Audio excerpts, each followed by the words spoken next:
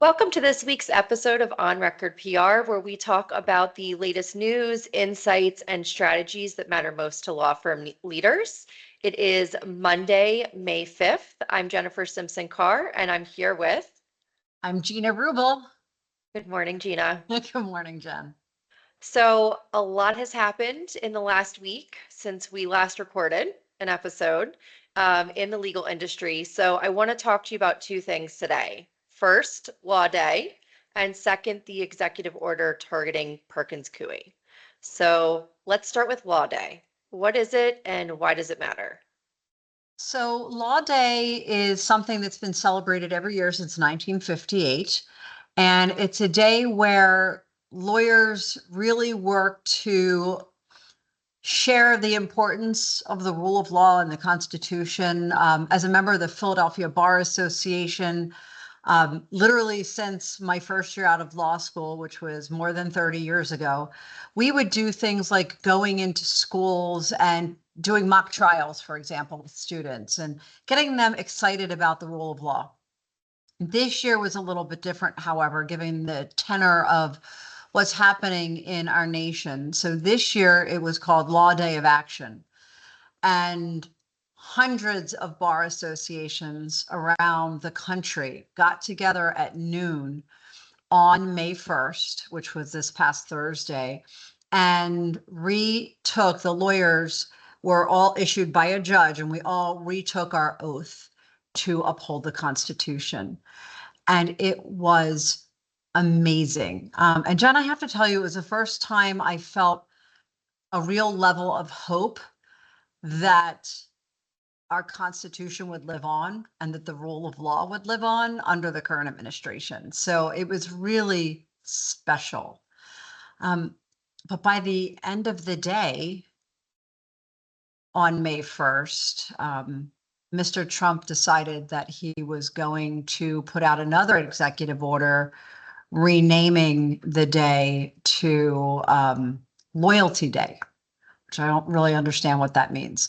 So I have to tell you, though, I took a lot of video and I saw people from every stage of my life and career. My dad's former law partners from the 1970s and 80s were there, and past chancellors going back as far as I can remember from the Bar Association, and young lawyers and LGBTQIA lawyers and trans lawyers and every nationality of people, every color of skin.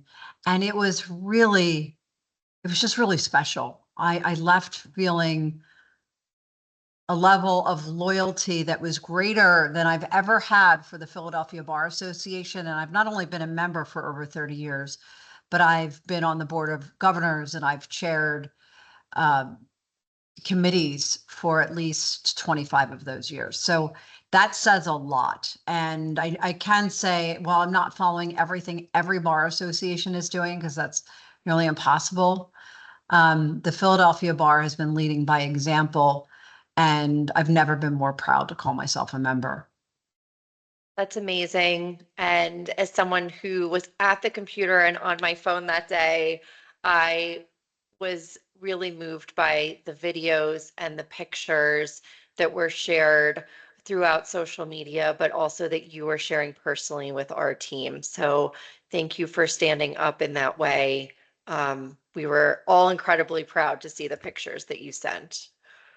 Thank you. It means a lot to me because I've never been to a rally before. And for those of you listening, I have a little bit of PTSD from some high profile matters that I was a part of early in my career where I got death threats. So going to rallies and public groups like that, especially in the very place where it happened, where I was getting death threats in the mid 1990s, for me was a really big deal. But I felt safe and I was among friends and people that I would consider family. So it was special. And I'm glad I got to share that with all of you too, because it was fun. It was special. Yeah. And we all walked away with a feeling of hope and renewal that we are going to protect the Constitution and the rule of law. So that's Speak amazing. Before I forget, and don't forget about the pins, the rule of law pins. I gave out a Yes, bunch, and now I have to get over 1,000 more because everybody wants one. So good. that's our little grassroots initiative that I plan to grow in the next few weeks. That's amazing. So that was Thursday. And then more great news or more hope on Friday. So moving on to the Perkins Coie executive order that was targeting the firm. So on Friday, May 2nd, the Federal District Court for the District of Columbia permanently blocked the unlawful executive order targeting the firm. The ruling affirmed core constitutional freedoms, including freedom of speech under the First Amendment, due process under the Fifth Amendment, and the right to select counsel without the fear of retribution under the Fifth and Sixth Amendments. So, more hope on Friday. A statement on Perkins Coie's website said, quote, "We are pleased with this decision and are immensely grateful to those who spoke up in support of our positions. As we move forward, we remain guided by the same commitments that first compelled us to bring this challenge, to protect our firm, safeguard the interests of our clients, and uphold the rule of law." So amazing to see that announcement on Friday. And then the New York Times posted an article, and it said, quote, "The ruling was the first time a court had stepped in to permanently bar Mr. Trump from from trying to punish a law firm he opposed politically." Judge Howell said that And attempts to bring, a woman judge. I just have to say yes, that. Judge Beryl Howell, a female judge, said that attempts to bring the firm to heel under the threat of retaliation amounted to unlawful coercion and imperiled its lawyers' ability to freely practice law. She said no American president has ever before issued executive orders like the ones at issue. In purpose and effect, this action draws from a playbook as old as Shakespeare, who penned the phrase, quote, "The first thing we do, let's kill all the lawyers," end quote. So a really exciting moment on Friday. It was not just a legal win, it was a public relations, cultural, rule of law moment too. So Gina, how important is it for law firms to strike that tone when facing politically motivated attacks? Jen, that's a great question. And we're getting this question almost daily from AmLaw clients that we represent and even smaller clients. So I think your question is very timely. Perkins Coie's statement emphasized constitutional freedoms, client interests, and the rule of law. In fact, I know you and I spoke about this earlier this morning. Microsoft announced last week that they are pulling all their work from Simpson Thatcher, which is also a firm that committed to perform $125 million of free legal work for causes acceptable to the current administration. Many are calling these acts by law firms capitulation. So they're moving. So when I refer to Microsoft is now moving their work to Jenner and Block, which is fighting a different executive order that targets their firm. So this is a really good example of a big corporation that is very DE&I and ESG focused, moving their work from a firm that's capitulating to the president's orders. And God knows how much that money that's worth. I don't know that I saw the exact amount.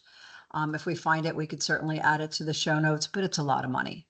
Mhm. And when you think about what's happening in law firms when they're doing this analysis of should we or shouldn't we, and you start to think about the time they're spending in trying to negotiate terms with the current administration, the cost of the pro bono work, the cost of loss of clients, which this is proof, and the cost of loss of associates and partners.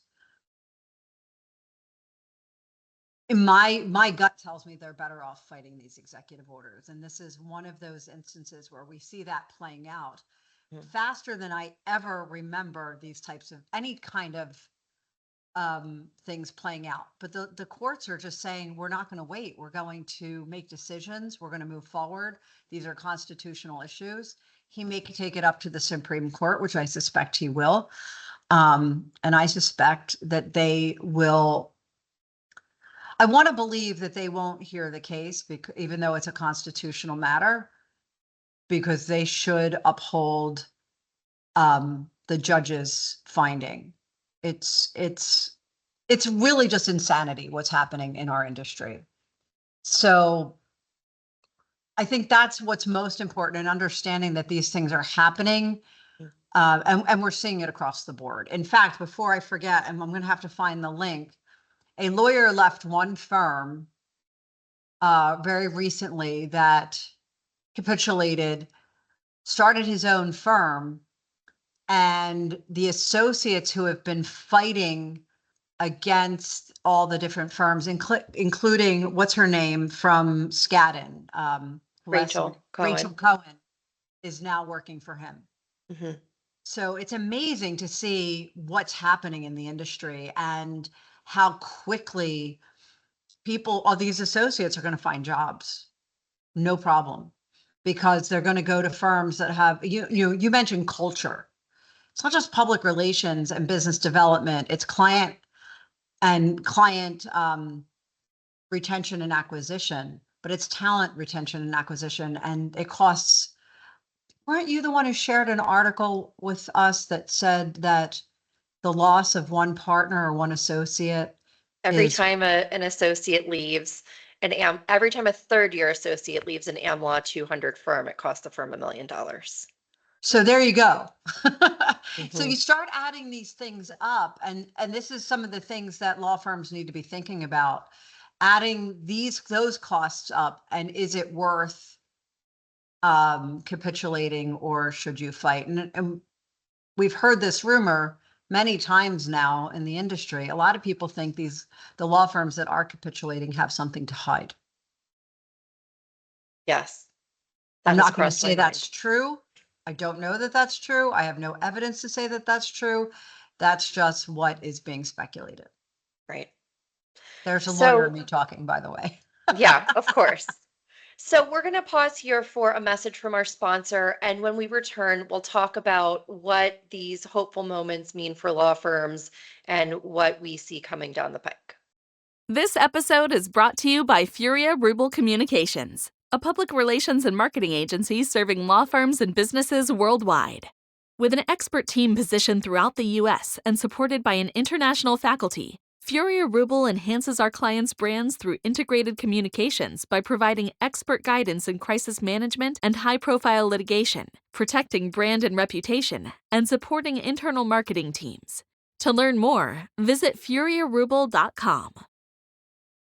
So Gina, we're back from our sponsor break, and we've talked about Law Day. We've talked about the decision regarding the Perkins Coie, the executive order targeting Perkins Coie. Why does this matter for every law firm?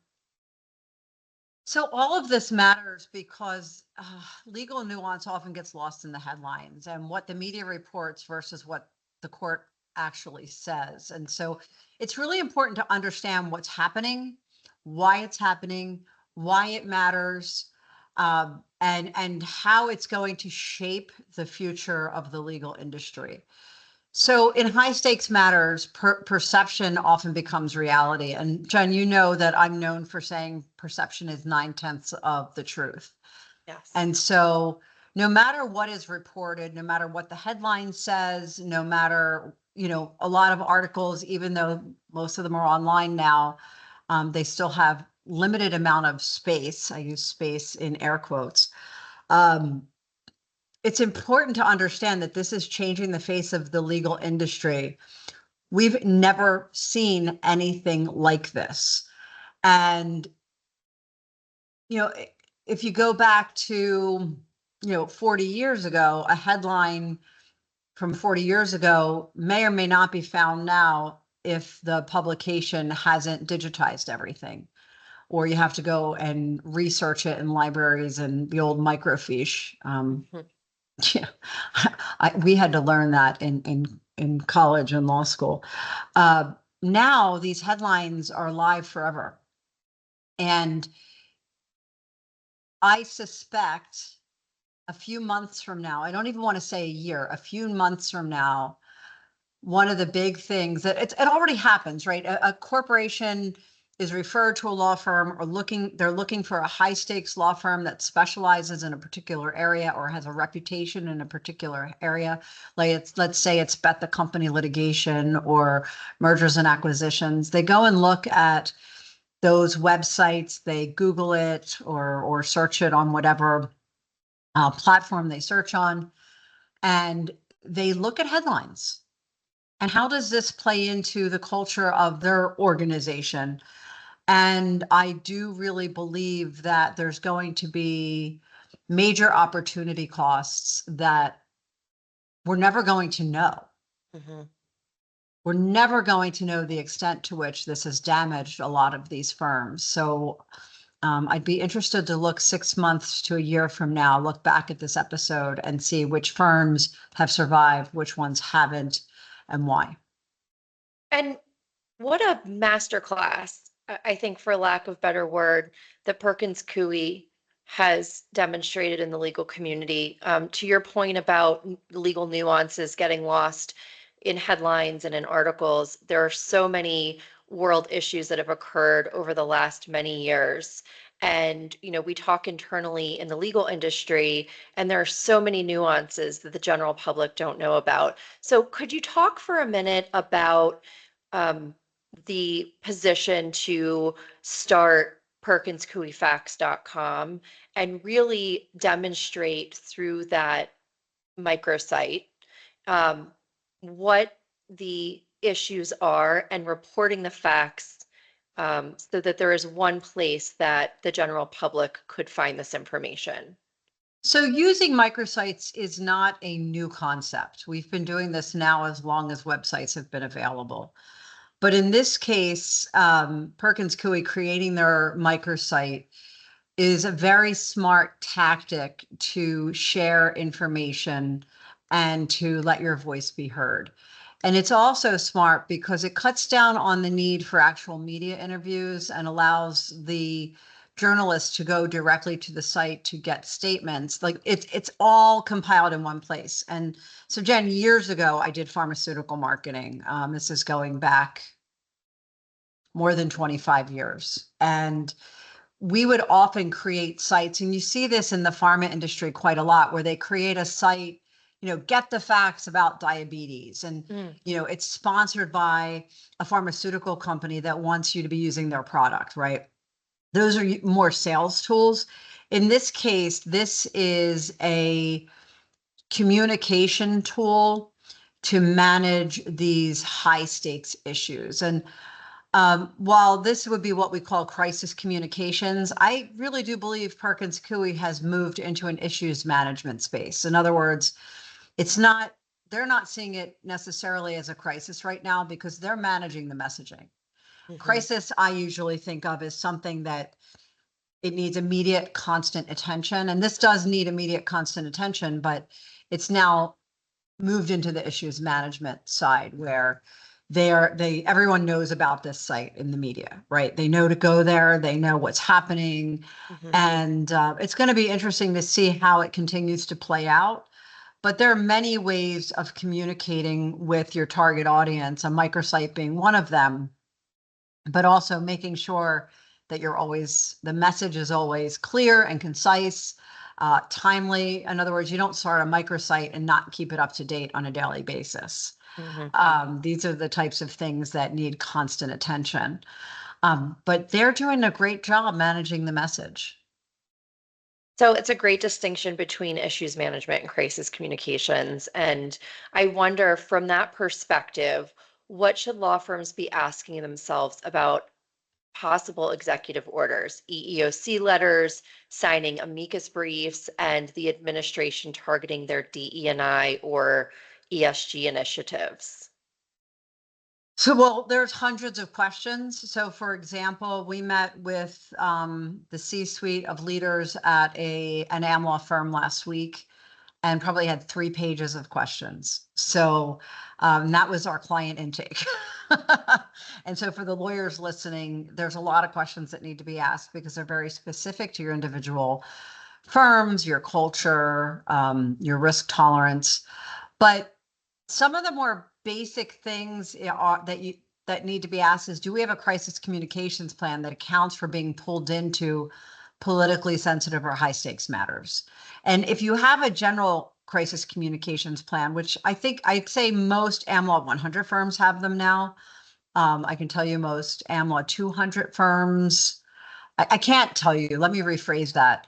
I believe most AmLaw 200 firms have them, but if they don't, they should. And I know that we've worked with some to create those crisis plans, but it's not as if anybody ever saw this coming, like executive orders, right? So if you think about what did you learn from COVID and did you update your crisis plans for any type of pandemic to handle it, now is the time to update and or create those plans for high stakes matters.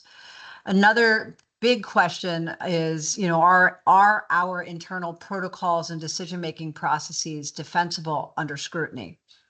So what do I mean by that? It could be, how are we hiring people and are we doing it legally? And I'm not talking about the new term legally that is being thrown around by the administration. I'm talking about, are they fair? Are they just? Not just hiring people for D&I sake, but hiring people because they are qualified. And there's so much, and I've never practiced in the employment law space, so I'm not going to get into the details of that. But that's one of the things that has been in question. And I think most firms can say we do the right thing, and they follow the law. And if they don't, they should be, or should have already changed their protocols a little bit to make sure they're fully compliant. And that doesn't mean getting rid of them. It just means changing some of the language and processes to make it better. It doesn't mean dropping your ESG initiative or dropping your D&I initiative. So I think that's really important. And then another thing that's now happening is law firms need to ask themselves, have we considered federal and state mandates and policies that may affect our practices?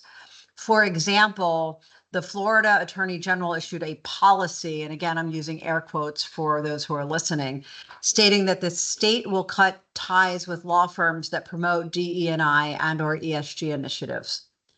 Now, this is a big one, right? A lot of law firms across the country have a presence in Florida, and they need to be asking themselves, what does this mean for us? I do believe there's something similar that's either happened or happening in Louisiana.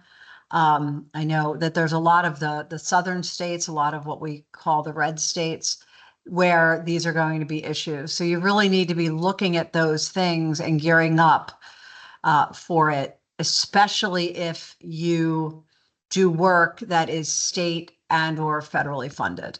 So that's a whole nother issue that law firms are facing now.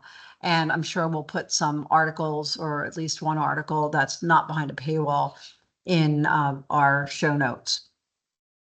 And another thing is, have we aligned our communication and legal strategy in a way that protects the firm's reputation without compromising legal integrity? And so there's a lot to be asked. I know we're getting short on time, but these are the things, these are just 4 questions of probably 50 that every firm needs to be asking itself. So for sake of time, I'm going to stop there and just say that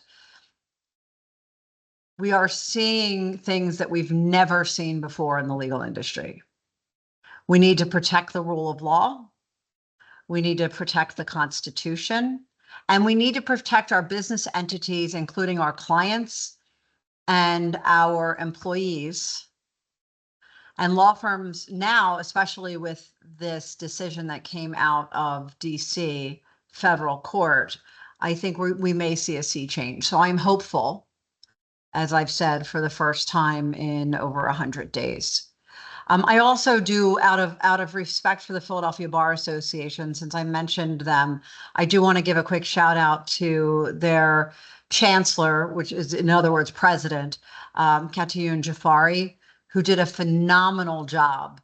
And I'm going to share, Jen, the link for where they have all the photos from the Philadelphia Bar Association, the speeches, incoming Chancellor Ezra Wogler. Ezra, they were a client for 14 years from Feldman Shepherd. And I've just been so proud to call these people my friends. I can't say it enough. Like, I just am hopeful. Mm-hmm. And kudos to every firm that's standing up for itself. It's amazing. Friday was the most hopeful I'd felt in a while. So I share that with you. And hopefully our listeners are feeling a sense of hope as well. Thank you so much for walking us through that. I've been reading to keep up with it, but it's really helpful to hear kind of the insights from someone who's attended Law Day and renewed their oath, but also running through the high stakes and kind of crisis considerations that law firms need to be thinking about. Thank you to our listeners for tuning in. We continue to appreciate your feedback and your recommendations. We hope that you will leave a review if you've enjoyed this episode, and we look forward to seeing you next week. And make it a great week. Let's keep fighting the good fight. On Record PR is produced by Jennifer Simpson Carr and Matt Henderson, with support from the team at Furia Rubel Communications. This episode is edited by Isabel Horan and Christian Yamula. Visit www.onrecordpr.com for resources and more information.